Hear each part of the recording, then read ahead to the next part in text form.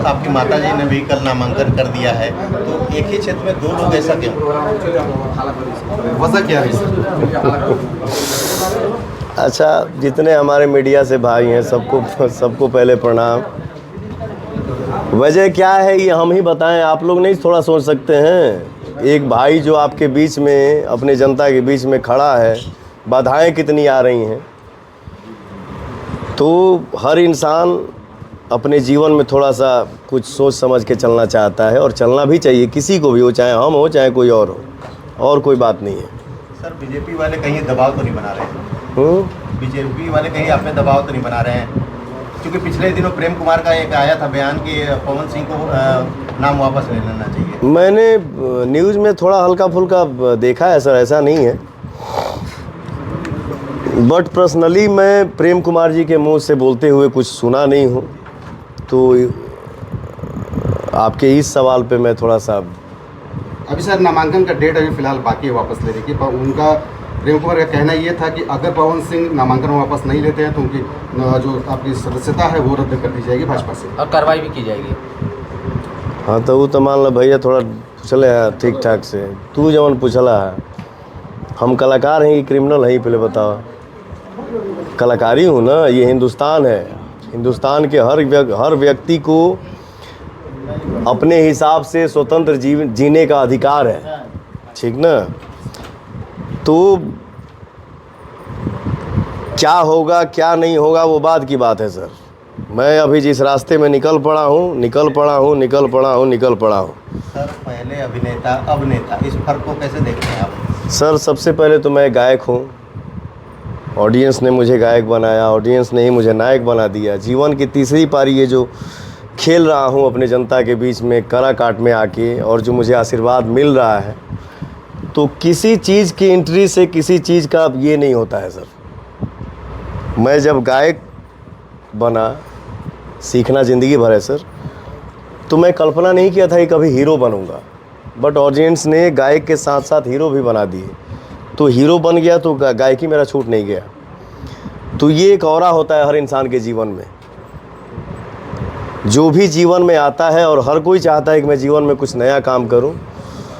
तो गायक हूं, नायक हूं, ये पारी जो खेल रहा हूं, इसमें जो मुझे आशीर्वाद मिल रहा है, मैं आनंदित हूं सर, आनंदमय हूं, और हर काम अच्छे से होगा। सर, चुनावी मुद्दा क्या होगा आपका? चुनावी मुद्दा, अब जैसे एक बार हम भी थोड़ा अटक गए थे, दिल्ली में इंटरव्यू में दे रहा था तो अटक गया था। मुद्दा क्या, वो सोच के तो नहीं पूछ रहे हैं आप? मुद्दा क्या होगा? हाँ, तो मुद्दा क्या हो सकता है? मुद्दा हमारा विकास है। काराकाट में मुझे जो बातें आ रही हैं कान में कि आपकी इनसे लड़ाई है, उनसे लड़ाई है, उनसे लड़ाई है, ये है, क्या करेंगे? कुछ नहीं, मैं तो सबका आशीर्वाद चाहता हूँ। मुझे लड़ाई सिर्फ और सिर्फ यहाँ के विकास को लेके है। तो सर, माना ये जाए कि पवन सिंह अब नामांकन वापस नहीं लेंगे? बिल्कुल नहीं, किसी कीमत पर? किसी कीमत पर नहीं सर। सर, आप गायक हैं, आपके सुर ने सबको बेसुर कर दिया है। ऐसा कुछ नहीं है, सब अच्छा है। पवन जी, आपने काराकाट को ही क्यों चुना? काराकाट को ही क्यों चुना चुनाव लड़ने के लिए?